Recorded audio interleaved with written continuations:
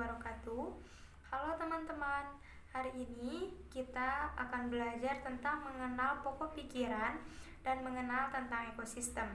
Sebelum kita mengenal pokok pikiran dan mengenal tentang ekosistem, kita harus tahu dulu apa itu pokok pikiran dan apa itu ekosistem. Yang pertama, kita akan membahas dulu apa itu pokok pikiran. Pokok pikiran adalah ide utama dari sebuah paragraf. Pikiran pokok disebut juga pikiran utama, gagasan utama, atau gagasan pokok. Setiap paragraf memiliki satu pikiran pokok yang merupakan inti dari pembicaraan yang ada pada paragraf tersebut. Pikiran pokok dalam suatu paragraf biasanya terdapat di awal, di tengah, atau di akhir paragraf. Pikiran pokok terdapat dalam kalimat yang paling umum dan biasanya dijelaskan dengan kalimat lain, yaitu kalimat-kalimat penjelas sebagai uraian dari pikiran pokok atau gagasan pokok.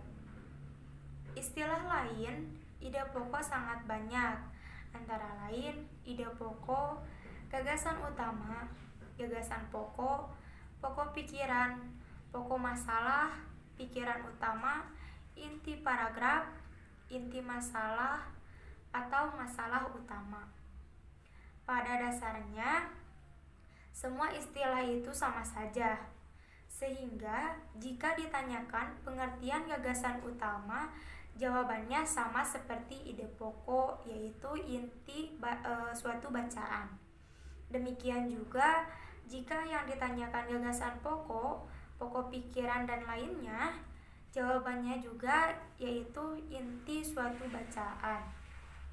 Cara untuk menentukan pokok pikiran pada paragraf, yang pertama itu membaca dengan seksama teks secara keseluruhan. Yang kedua, catatlah hal-hal penting yang kalian temukan. Yang ketiga, menandai kalimat awal, akhir, atau kalimat awal dan kalimat akhir paragraf. Yang keempat, menandai pikiran pokok yang terdapat di awal, akhir, atau kalimat awal dan akhir pada paragraf. Selanjutnya, kita akan membahas apa itu ekosistem. Makhluk hidup tidak dapat hidup sendiri di alam. Setiap makhluk hidup memerlukan makhluk hidup lain dan lingkungan untuk menjaga kelangsungan hidupnya. Oleh karena itu, makhluk hidup melakukan interaksi dengan sesamanya maupun dengan lingkungannya. Hubungan timbal balik antara makhluk hidup dengan lingkungan tempat tinggalnya dinamakan ekosistem. Berdasarkan cara terbentuknya, ekosistem dibedakan menjadi dua, yaitu ekosistem alami dan ekosistem buatan. Contoh dari ekosistem alami adalah sungai, danau, dan hutan. Adapun contoh ekosistem buatan adalah sawah dan waduk, serta akuarium. Ekosistem tersusun dari dua komponen, yaitu komponen biotik dan komponen abiotik. Komponen biotik terdiri dari makhluk hidup, misalnya manusia, hewan, dan tumbuhan. Adapun komponen abiotik terdiri dari benda mati seperti batu, cahaya matahari, dan tanah.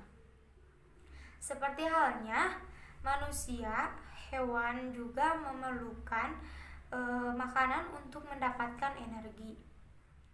Makanan hewan dikelompokkan menjadi dua. Yang pertama, ada makanan berupa tumbuhan, lalu yang kedua ada makanan yang berupa hewan lain. Hewan yang memakan tumbuhan memilih bagian-bagian tumbuhan yang dapat dijadikan sebagai makanan. Ada hewan yang hanya memakan daun tumbuhan, Ada pula hewan yang hanya memakan batang, buah, atau hanya biji tumbuhan. Namun, ada beberapa jenis hewan yang memakan lebih dari satu bagian tumbuhan tersebut. Bagian tumbuhan yang paling sering dijadikan makanan hewan adalah daun. Hewan seperti ulat, rusa, dan zebra merupakan beberapa contoh hewan yang memakan daun. Sementara itu, beberapa hewan menyukai batang tumbuhan, seperti sapi. Sapi merupakan salah satu hewan yang menyukai batang tanaman padi dan jagung. Sedangkan hewan panda menyukai batang pohon bambu. Bagian tanaman berupa buah juga disukai hewan. Belatung senang memakan bagian dalam buah, dan ini seringkali merugikan para petani buah-buahan.